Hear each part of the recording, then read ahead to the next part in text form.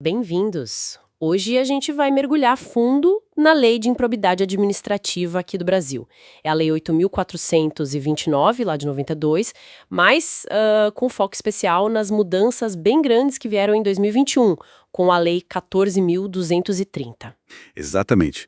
A gente está com um guia aqui bem esquematizado e o texto da lei atualizado para nos ajudar nessa análise. Isso. E a ideia é entender o que é mesmo improbidade, né? Quem pode cometer, quais atos são considerados ímprobos, as punições e, claro, o que mudou de mais importante. É um tema-chave para a integridade na gestão pública. Fundamental. E antes de mais nada, é bom lembrar rapidinho o que é probidade, que é a base de tudo isso. Boa. Vamos lá. Probidade é, basicamente, agir com honestidade, com lealdade, boa-fé, né? Sempre buscando interesse público, o interesse coletivo. A lei de improbidade, então, ela vem para proteger isso. E ela tem base lá na Constituição Federal. Artigo 37, parágrafo 4º. Que já fala em punição séria para improbidade. Daí que vem aquele mnemônico famoso, o RISP. Esse mesmo, ajuda a lembrar, né? Ressarcimento ao erário, indisponibilidade dos bens, suspensão dos direitos políticos e perda da função pública. É importante essa diferença. A perda é da função, a suspensão é dos direitos políticos. Não pode caçar direito político no Brasil, só suspender. Certo. Entendido esse contexto. Agora, vamos para a mudança de 2021, que, assim, deu o que falar. A exigência de dolo. Só tem improvidade se tiver intenção. É isso. Acabou a punição por erro. Basicamente, sim. Essa foi, tipo, a grande virada da reforma. Antes, alguns atos, principalmente os de prejuízo ao erário, podiam ser punidos por culpa. Sabe, negligência, imprudência. A Lei 14.230 veio e, eliminou isso. Está lá no artigo 1º, parágrafo 1º. Agora, para qualquer ato de improbidade, qualquer um deles, tem que comprovar o dolo. A vontade livre e consciente de alcançar o resultado ilícito. É o que diz o parágrafo 2º. Mas vontade livre e consciente, o que isso significa na prática? Basta provar que o agente quis fazer aquilo que ele fez? É mais complexo. A lei mesma diz que não basta a simples voluntariedade. Tipo, eu quis fazer isso. E também não basta o mero exercício da função. O que está se consolidando na interpretação é a necessidade de um dolo específico. Dolo específico? Como assim? Uma intenção direcionada, sabe? A intenção de conseguir um benefício indevido para si ou para outro.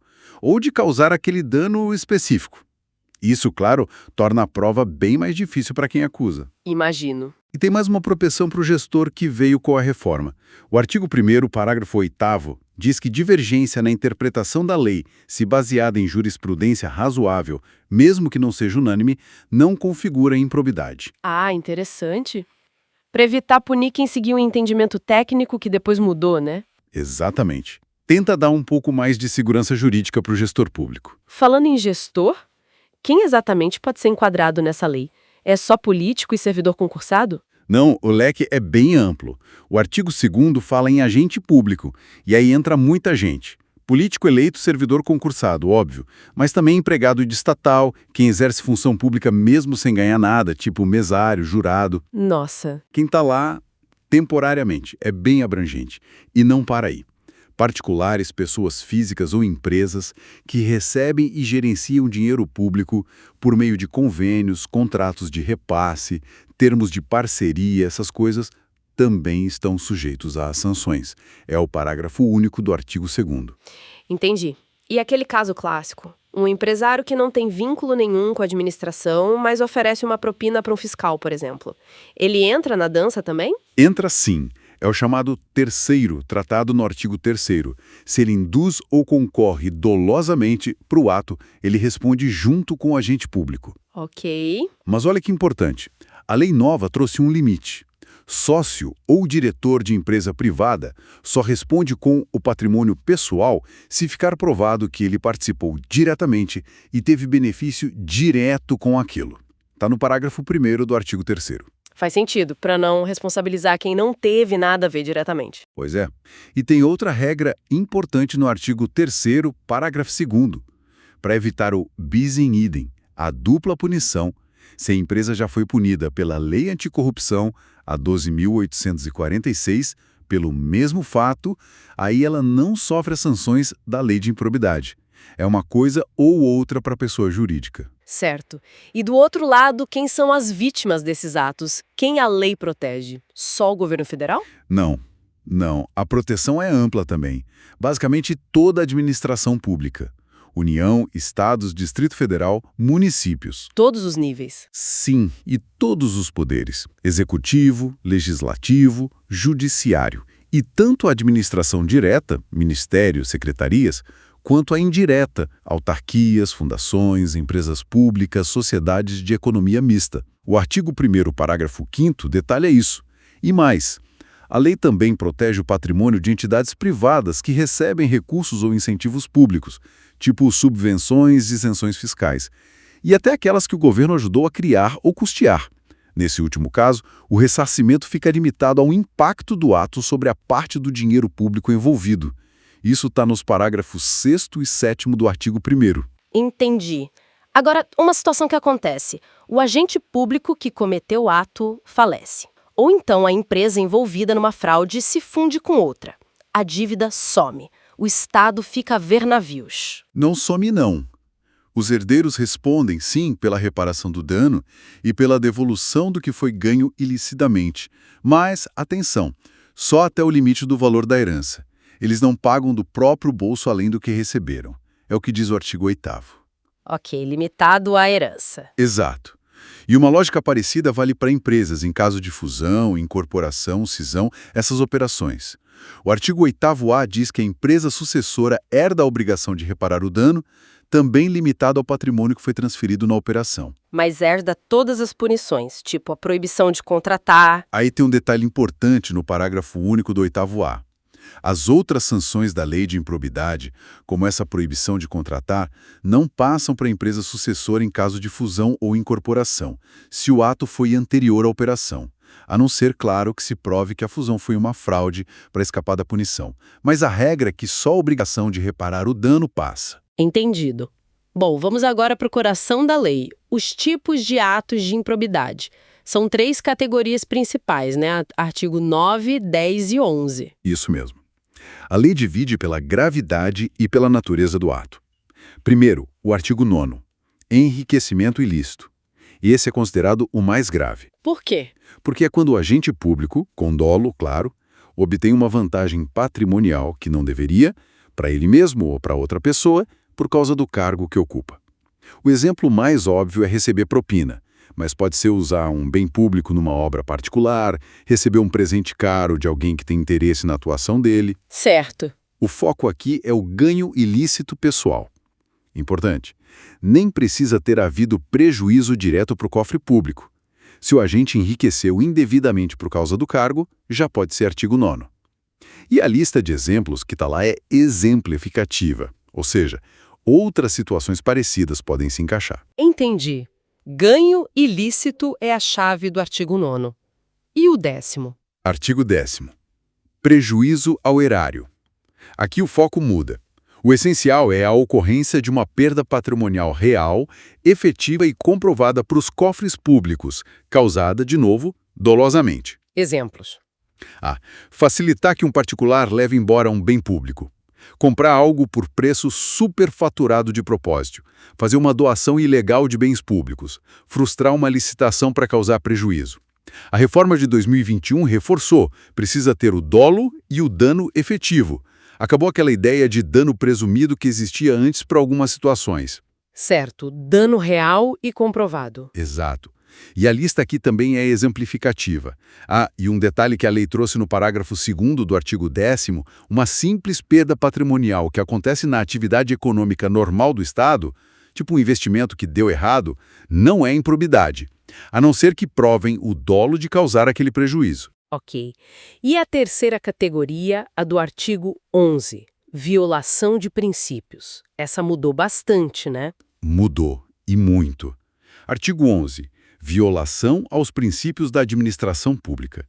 Aqui a gente fala de condutas, sempre dolosas, que ferem deveres como honestidade, imparcialidade, legalidade. Mas a reforma trouxe 2 novidades enormes. Quais? Primeira, a conduta só entra aqui se tiver a finalidade específica de obter um proveito ou benefício indevido para si ou para outra pessoa.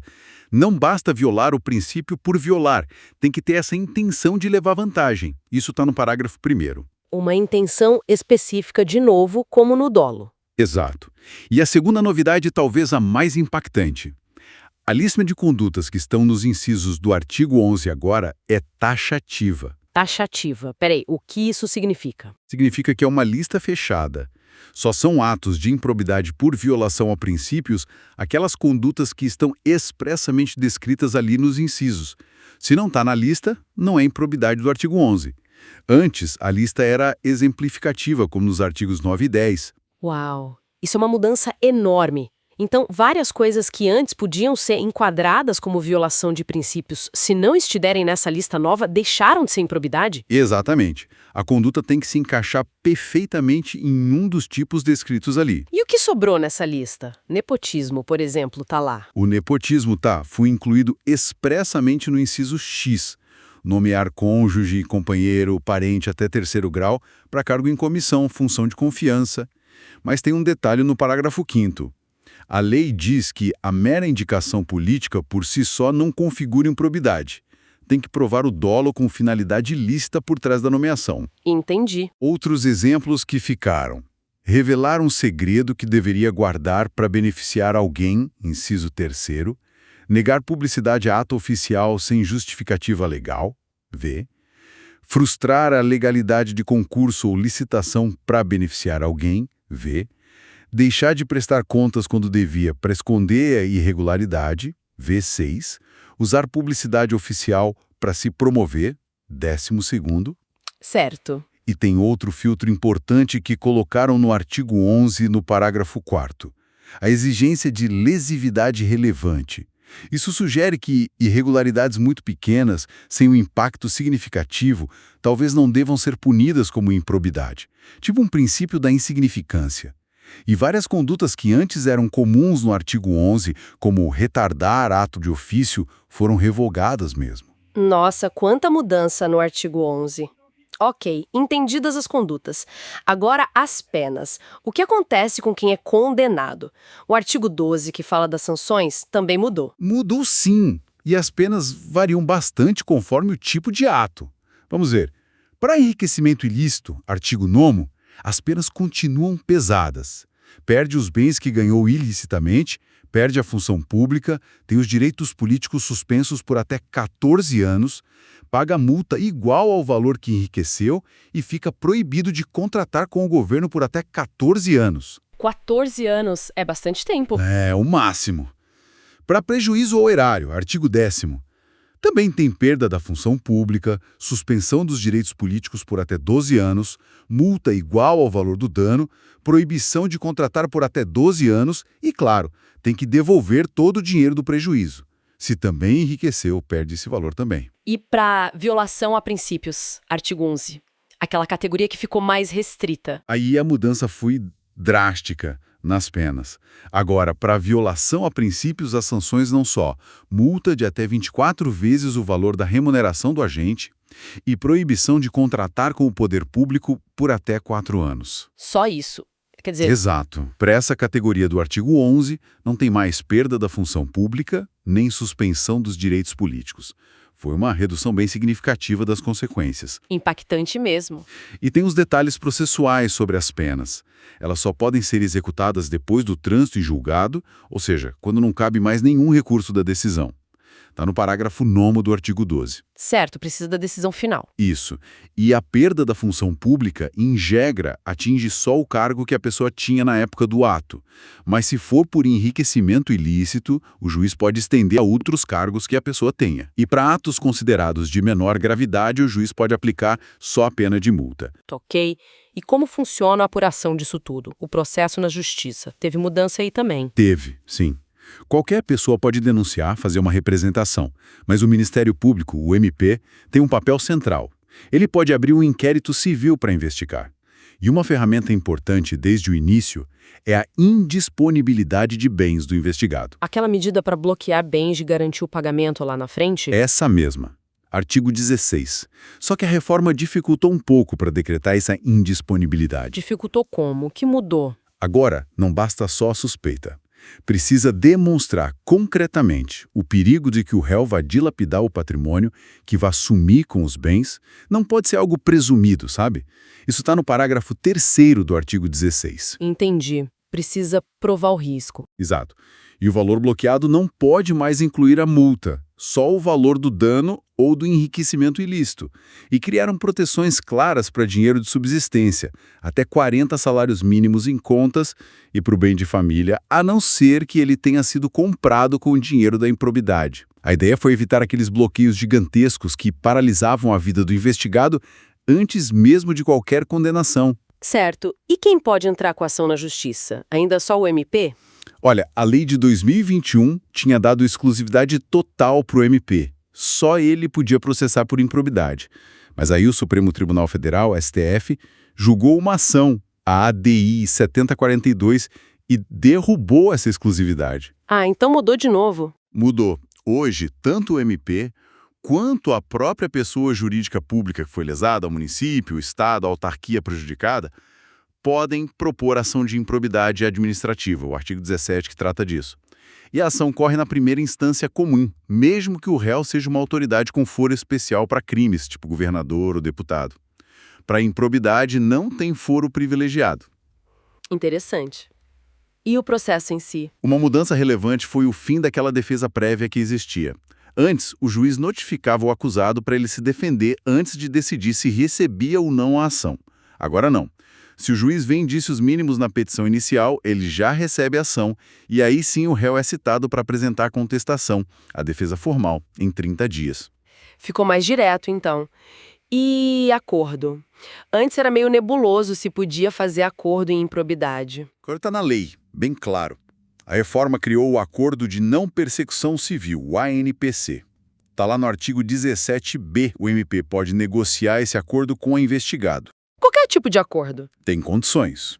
No mínimo, o acordo tem que prever o ressarcimento integral do dano e a devolução da vantagem indevida. O órgão público que foi lesado tem que ser ouvido, e o juiz precisa aprovar, homologar o acordo. É uma forma de tentar resolver mais rápido e recuperar o dinheiro, né?